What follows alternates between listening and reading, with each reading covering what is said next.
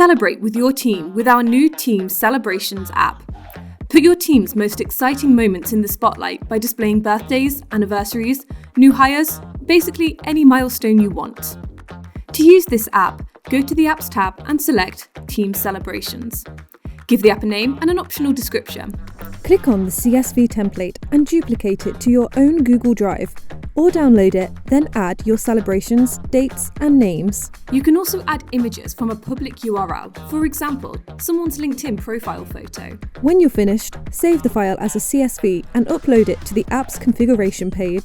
Go through the style settings of the app, selecting themes, duration and the content you want to show. If you want, you can also add a company logo.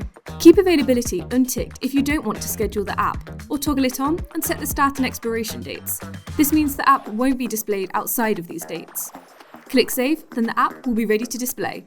And just note that if there is no celebration for a day, the app will automatically be skipped.